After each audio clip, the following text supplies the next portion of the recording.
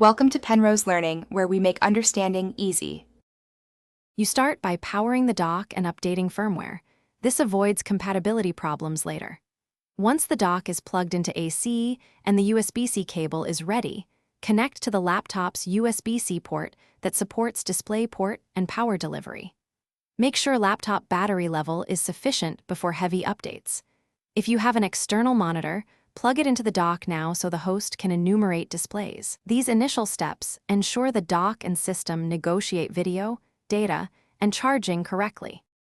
Once the laptop recognizes the dock, open display settings to assign resolutions and arrange monitors. You want one primary and the rest extended unless mirroring is required. Next, attach keyboard, mouse, wired Ethernet, and any USB storage to the dock port so Windows or Mac OS can mount devices and route network traffic. Make sure the USB-C/Thunderbolt drivers and Lenovo Vantage or System Update are current. These drivers manage power negotiation and peripheral routing, which prevents intermittent disconnections and optimizes charging rate. You finish by confirming the laptop charges through the dock at the expected wattage and that all peripherals are enumerated.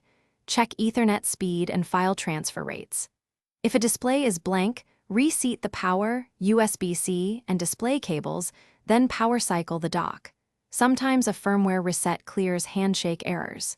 If things still go wrong, swap the USB-C cable or try another USB-C host port to isolate cable versus port faults. This simple substitution often reveals whether the issue is. Thanks for watching. If this was helpful, leave a like and consider subscribing. See you next time.